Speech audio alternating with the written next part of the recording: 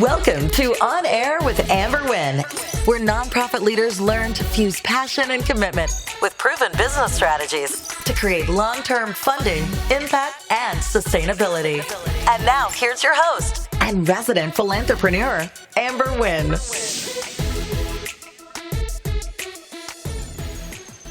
Hello, fam. It's Amber, your resident philanthrepreneur.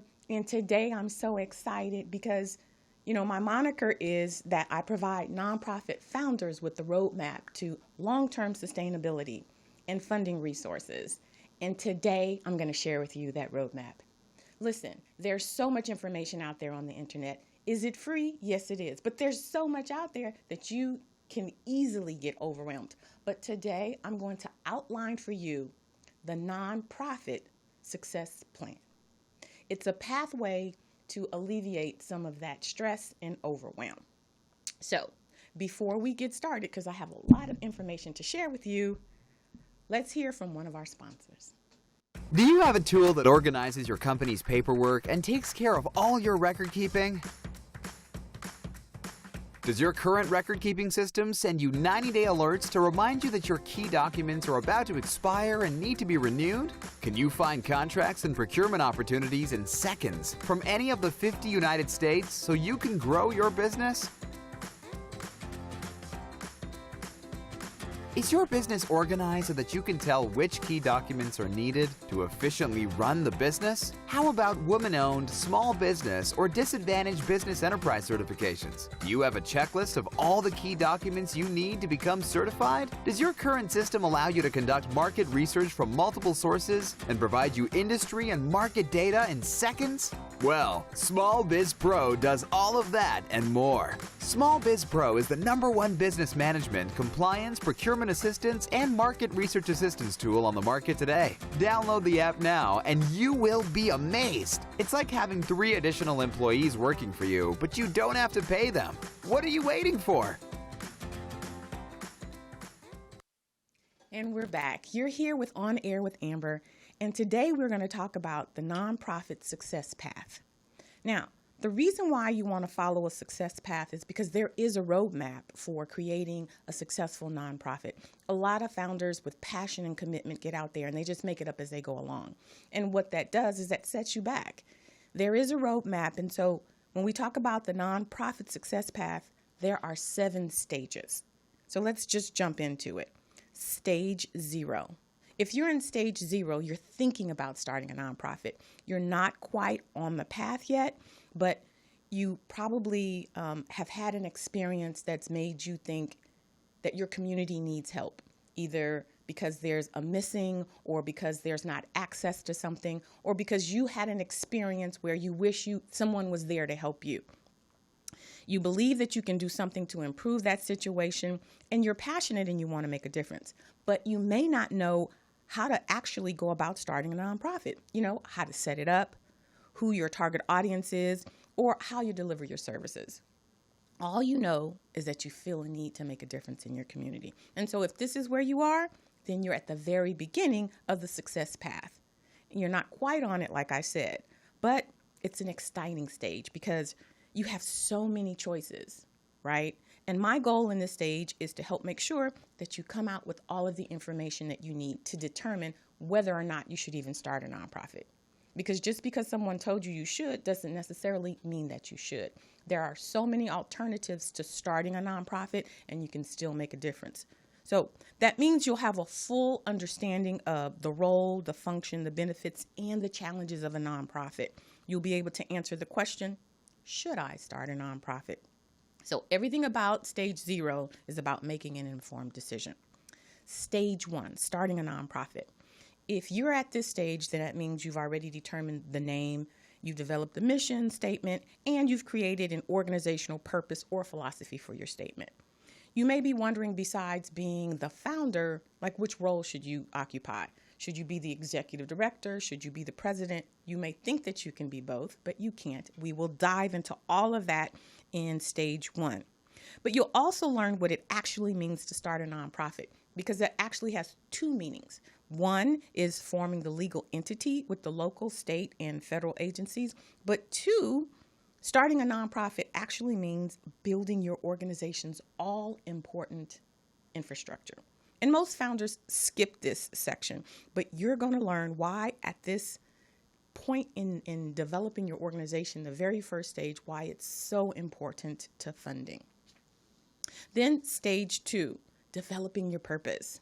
You're getting clear on the need in your community and your organization's capability of meeting that need.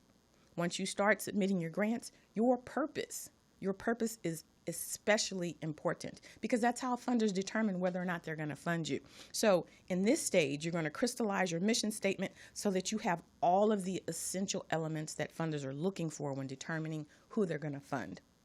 This stage is essentially the North Star of your organization. So everything you do, from developing your programs to building your website, from your collaborators to creating your fund development strategy, everything that you do centers around your organization's purpose. And in stage 2, that's where we develop that. Stage 3, developing your programs. Now, you may think it's really simple just to say, I'm going to do tutoring or I'm going to do technology. But from a funder's perspective, it's important that you have really clear goals and objectives and that you know who your target audience is, what type of programs you're going to deliver, and how those programs are different than everybody else's. So this stage is all about the little nuances that go into producing deliverables that help funders understand the impact that you're going to make in your community. A lot of consultants and other organizations may focus on what you do. I tend to focus on what the funder is looking for, because at the end of the day, you're going to do what it is that you do. Otherwise, you wouldn't have started your nonprofit. My purpose is to make sure that your organization is funded. So I'm going to look at everything. I'm going to set up everything from the perspective of a funder. So in stage 3, we want to make sure that by the end of this stage, you will officially have all of the basic foundation for a nonprofit organization. If you just start a nonprofit, put 3 people on a board, and just roll out, then there's some very fundamental elements of your organization that are missing. In stage 3, it's all about creating program descriptions that's going to help funders understand what services you'll be delivering and the impact your organization will be making in your community. So I'm talking a lot about the nonprofit success path. And if you are taking copious notes, you can stop, because I am going to make sure that I have a description of each one of these stages for you in the comments section. So you'll be able just to click onto the link and download each one of the stages. And just to reiterate, for those of you just joining me now, hi, it's Amber. You're on air with Amber Wynn, Philanthrepreneur, and I'm talking about the nonprofit success path. This path is for people who are thinking about starting a nonprofit or who already have a nonprofit, but they're confused about what to do. The nonprofit success path lets you know, if you're at this stage, here are the things you should be doing, or here are the things you should already have in your nonprofit organization. It's important that you stage yourself so that you understand what it is you should be focusing in and not wasting your time on things that you shouldn't even be wasting your time. So the nonprofit success path is going to help you crystallize every element of your organization. It's going to help alleviate all of the stress that you have from what should I do, what I should be doing. We're going to stage yourself, and then from there, you'll know exactly what type of things you'll need to work on. This is going to save you hundreds of hours, thousands of dollars, and it's going to give you the clarity that you need to move forward in your organization. All right, so let's get back to the stages. Stage 4, build your leadership team. So most nonprofits, like I said before, will put 3 people on their board and never think about it again. It's a huge mistake, because your board is responsible for not only helping you to guide the organization, but to fundraise. So in stage 4, we'll talk about the board and how you go about recruiting an effective board that's going to help you and increase your capacity. Because a lot of times, my amazing nonprofit leaders think that they can do it all, and when they get into it, they realize that they can't and they get burnt out. So it's really important when you're building your nonprofit to build it with a leadership team that's going to help you move your organization forward. And it's also important to understand that every nonprofit goes through a couple of cycles. You've got your initial inaugural board, and those are usually people who believe in you and support you. But then as you develop your organization, those people tend to rotate off, and then you get more seasoned board members, people who can actually give you access to resources. So your stage 4 is really just giving you an insight to how you build your organization and what type of leaders you need, and just understanding that that's going to evolve over time.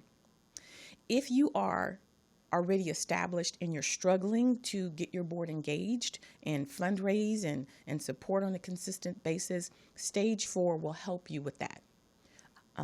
You may be wondering, how do I even recruit seasoned board members? Do I pay them? The answer is no. But you may be saying, well, then why would they serve on my board?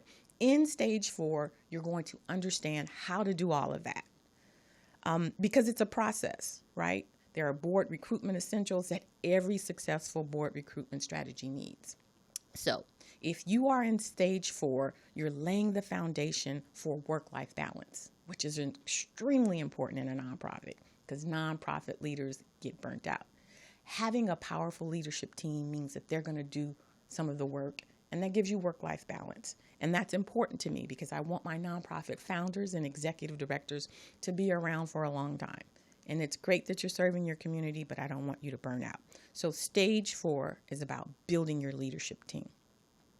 Stage 5 is about building systems. Remember, a nonprofit is a business. It's just a business with a philanthropic purpose. You are going to hear me saying that over and over in every episode. Every time my mouth opens, you're going to hear me say that a nonprofit is a business. It's just a business with a philanthropic purpose. So in stage 5, you're going to be building systems, right? You're going to get your organization ready for funding. What does that mean? That means you have to set up processes to receive funds, to produce financial statements, and to generate compliance reports. These are essential elements of running a business. If you want to get funded, the funder needs to have financial statements. And if you don't know what it takes to generate financial statements, then you don't qualify for funding. So in stage 5, we're going to talk about that. You're implementing business practices that show funders they can trust your organization with managing its investment. Remember, nonprofit funders, their role isn't to give you money. Their role is to accomplish their mission, their funding goals. And so in order for them to know that they can trust you, you have to have basic business processes and systems in place. And that's what you're going to get in stage 5, right? Funders are looking for indicators that their investment will yield tangible results. And that's what they ask. That's why they ask for financial statements. So there's absolutely no way of getting around it. Right? You can't run an organization on a wing and a prayer. It can't be raggedy. You have to provide your funders with some type of proof that if they give you money, you'll be able to track it and you will be able to determine, they will be able to determine that they got a return on their investment. So in stage 5, we'll help you set up the processes, the systems to facilitate these funders' requests, and you'll be able to look the part. Because looking the part is half the battle, right? But at the end of the day, in stage 5, will help you look like a well-oiled nonprofit organization. So today we're talking about the nonprofit success path. We're on stage 5. There are 7 stages in this path. And it's important for anyone thinking about starting a nonprofit or anyone who already has a nonprofit to stage themselves, to understand where they are so that if there's something missing or if there's something that they need to do, they don't waste their time in stage 7 when they're really in stage 1 or 2. All right, so let's keep it going. Stage 6, build your credibility. Now, the nonprofit sector is a very small community.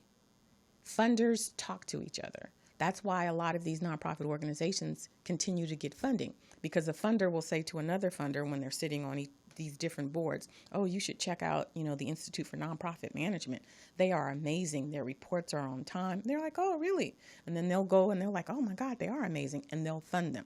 Likewise, if your nonprofit is raggedy, they're going to say, stay away from that nonprofit. They don't ever turn their reports in on time. They mismanage their money. So it's important that you build your credibility.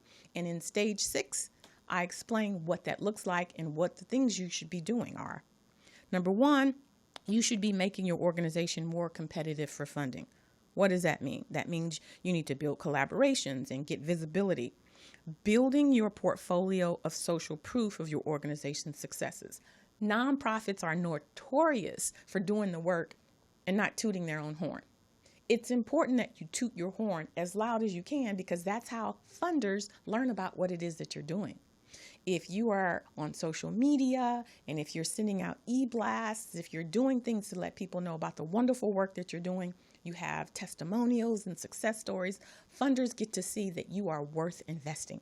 So we talk about that in stage 6, right? We want you to stand out from your competitors. It's a small community and there's never enough money to fund everybody. So you want to rise to the top. And in stage 6, we show you how to focus on building visibility, credibility, and an amazing reputation, because these are the keys to consistent funding. So this stage focuses on nonprofit marketing strategies that'll help you tell your story, the difference your organization is making, and the lives you're impacting, and what that impact looks like. Stage 6 is extremely important to nonprofit funding. And then we have the last stage, which is stage 7, building a sustainable nonprofit. It's the final stage on the nonprofit journey. And this is when a nonprofit is really just rocking and rolling, right? And they're really ready to scale, meaning you want to up level, but you're not quite sure how. Because scaling requires a strong foundation, and it's going to require a lot more investment, financial investment, social capital investment. But it's about having the right processes in place, the right team to help you run them, and preparing yourself for the mindset to really grow, right? You're not doing the same things the same way. You're doing them differently. You are stepping out. So that means more responsibility, more influence. But it's really about investing more in the building and planning for bigger impact. It's about thinking 10 years out and then putting those things in place that's going to get you to those 10 years out.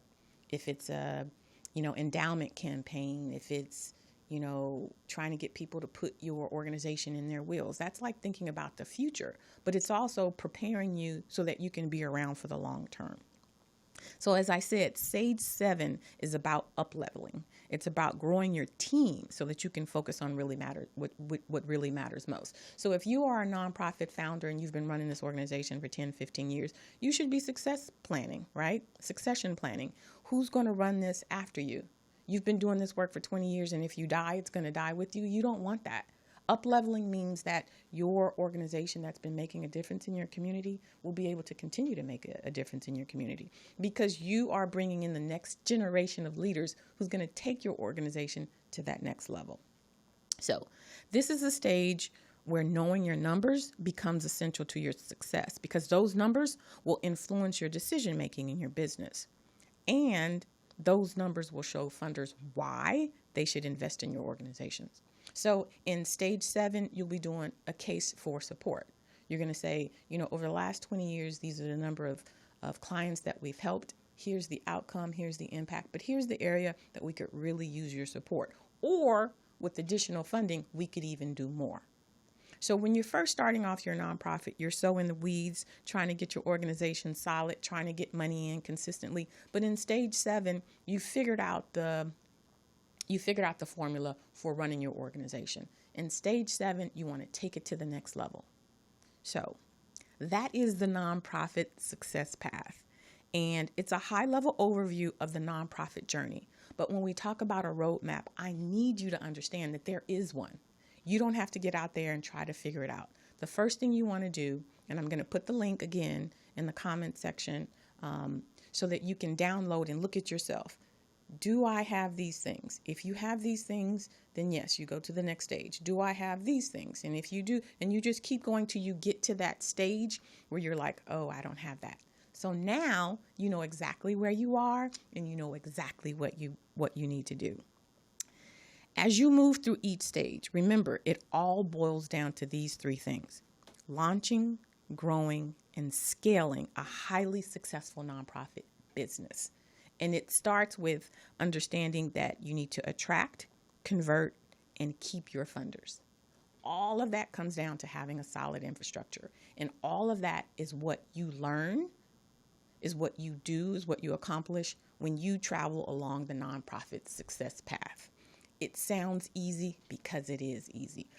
I'm not saying that you won't have to work, because you will have to work, but following the path is very clear. Knowing what stage you're in will help to save you hundreds of hours and thousands of dollars in wasted time and money, and it will give you clear steps to take, goals to accomplish, and outcomes that you need to achieve.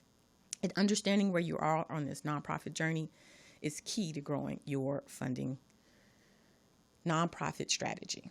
So I'm excited to introduce this to you, and we're going to go through each level. I'm going to explain to you if you're in this stage, this is what you should have, and if you don't have it, this is how you get it. So today we're talking about the nonprofit success path, and again, I'm going to put a link so you can download what each one of those stages look like. But for now, we're going to pause, and we're going to hear from another sponsor. Starting a new career in a new sector with unfamiliar job titles and new jargon can lead to frustration and burnout. What if you had an easy way to get up to speed, to learn the key elements of successful nonprofits and the critical steps we should all take to maximize our impact? Introducing the Nonprofit Essentials Certificate, 3 short, interactive courses that cover 3 critical areas. What makes a nonprofit, how nonprofits raise money, and skills needed to build a thriving career in the nonprofit sector. Interactive exercises and actionable advice from nonprofit experts help bring clarity to key concepts, and the end of the course exam tests your knowledge so you can earn a certificate and badge, and then quickly put your new knowledge into practice. The best part? The Nonprofit Essentials Certificate is 100% free. Thousands of learners have already earned their certificate, making this our most popular set of courses in Nonprofit Ready. Register at nonprofitready.org and get ready to accelerate your impact and your career.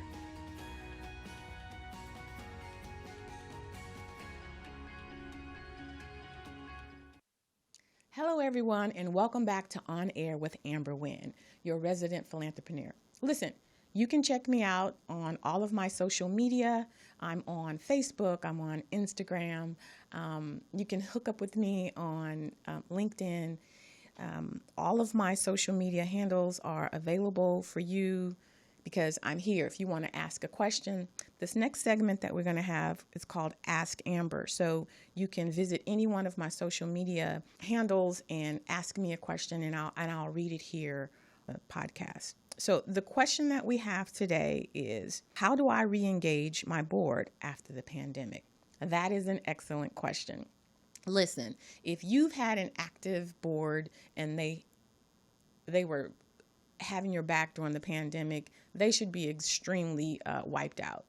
Having worked with dozens of nonprofits, their board really had to step up because they couldn't function the way that they normally do with the in-person fundraisers. So they may be burnt out, or because you couldn't figure out a way to really engage your supporters, they kind of tapped out. So one of the things that I would recommend is that you use the nonprofit success path. And what you would do basically is identify where your organization is on the journey. Are you in stage 1, 2, 3, 4, 7, whatever? But what this does is help to bring clarity to where you are, right? And then you identify the gaps. So you want to see what it is that you have, the things that you've done well, and celebrate those, right? Say to your board, you have done an amazing job with X, Y, and Z. But based off of this nonprofit success path, we have a couple of gaps, right? So what is it that you need to do? And then delegate, or have your board step up and say, yeah, we do need to do more social media, or we do need to do more networking. I'm going to take that on. And so that's going to help them re-engage. But instead of something being really random, they can see that maybe in the 7 things that they need in one of the stages that you guys have 4, but you need 3. And if you take those 3 things on, you can then move to the next stage. So don't forget, download a copy of the Nonprofit Success Path so that you can look and identify where you are. But if you're really interested in how you can re-engage your board, that would be the perfect way to do it. All right. So now it's time in our episode where I get to spotlight a nonprofit. I said to you before, I work with so many nonprofit organizations, and our founders, they're so busy working that they're not doing the type of networking that needs to happen. And also, the work that you guys are doing is so amazing. I want other people to really see you as resources. So today's spotlight is Fostering Dreams Projects. It's a nonprofit that was founded by Melanie Buttarazzi, who may look familiar. Melanie was on Dancing with the Stars, and she shares her experience, passion, and love with youth from the foster care and low-income communities to use dance as a safe space to center, ground, and as a mechanism for self-expression. So let's take a look at Fostering Dreams in action.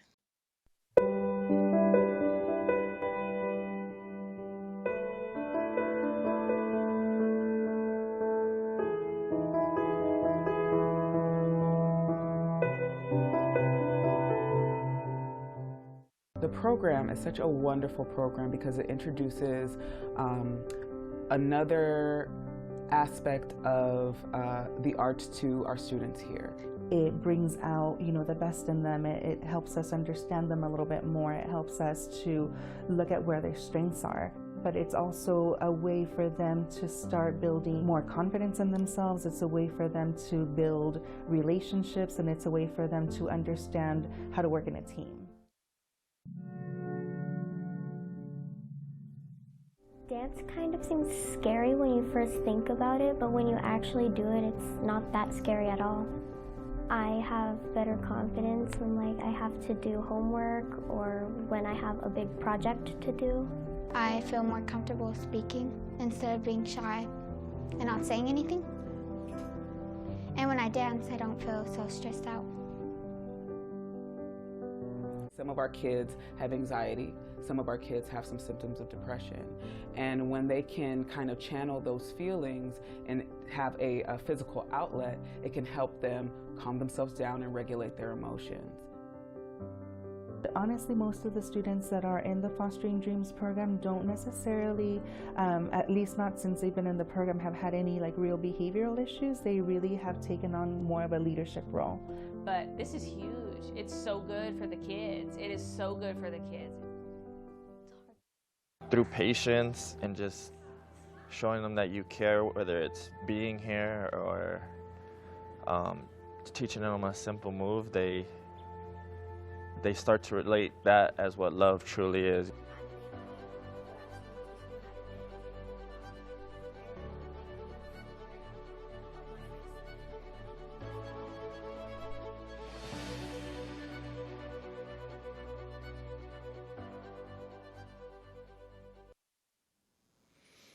So listen, Melanie is on a mission to bring her programs to significantly underfunded arts program in LAUSD. They have a full curriculum designed to delivered by professionally trained stage, live, theater, film, and TV choreographers in ballet, modern dance, flamenco, ballroom, salsa, and hip hop. So if you're an LAUSD principal or know someone in the district office, or better yet, if you're a funder looking to help children re-envision the world and how they fit into it by bringing arts education to schools worldwide, then consider bringing Fostering Dreams Project in more of the schools throughout LAUSD. They are an approved vendor. They're just looking for contacts so they can actually get into the different campuses. You can visit www.fosteringdreamsproject.org, or you can email Melanie at info@fosteringdreamsproject.org. Thank you, Fostering Dreams Project, for all you do to transform lives in our community. And so now, we're going to jump into our Mindset Minute. But before we do that, I just really wanted to take the time to thank our sponsors. If you're interested in sponsoring any one of our episodes, you can contact me on any of my social media handles.